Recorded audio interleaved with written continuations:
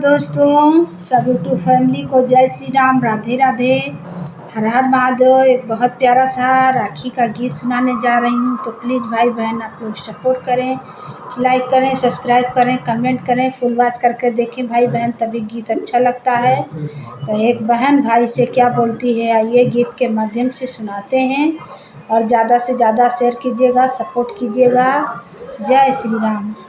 राखी हर साल का है ना सवनवा में, राखी हर साल का है ना सवनवा में।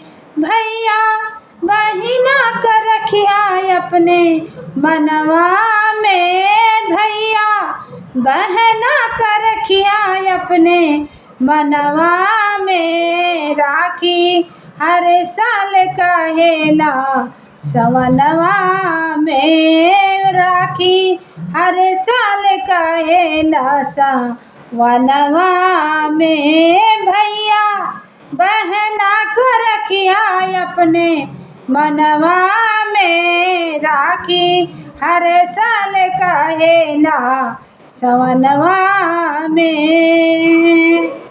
राखी के धागा के महिमा अपार हो, राखी के धागा के महिमा अपार हो।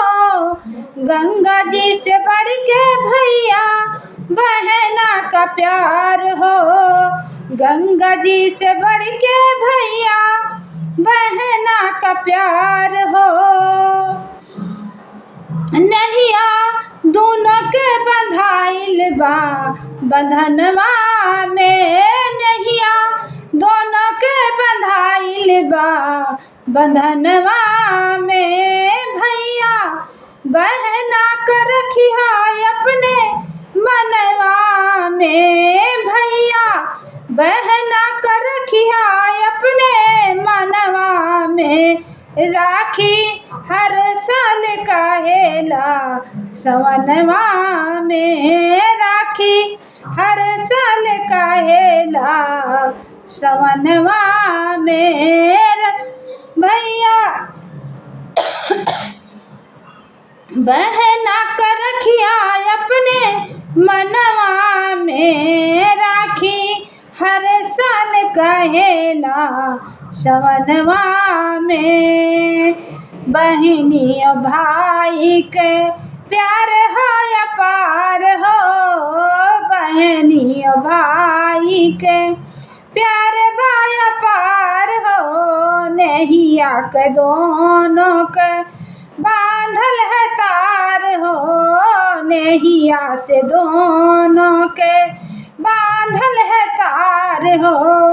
और राखी हर साल का है ना सवनवा में, राखी हर साल का है ना सवनवा में। भैया बहना कर रखिया अपने मनवा में, राखी हर साल का है ना सवनवा में।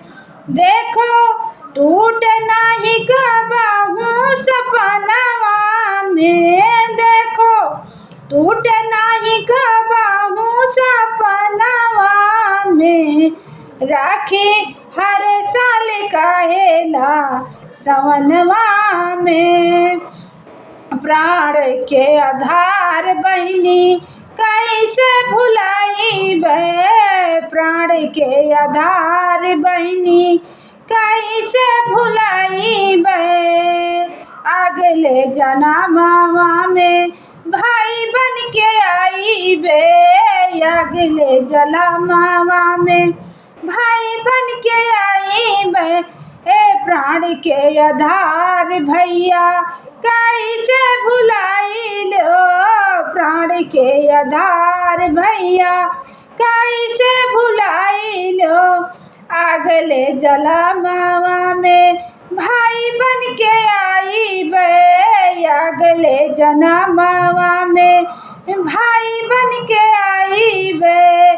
बाटे यही विश्वास हमरे मनवा में, बाटे यही विश्वास हमरे मनवा में राखी हर साल काहेला सवनवा में राखी हर साल काहेले सावनवा में राखी हर साल काहेला सावनवा में राखी हर साल बंधबे सावनवा में बहना बसल बाटू हमारे करे जवा में हो बहना बसल बाटू हमारे करे जवा में राखी हर साल बंधबे सवनवा में राखी हर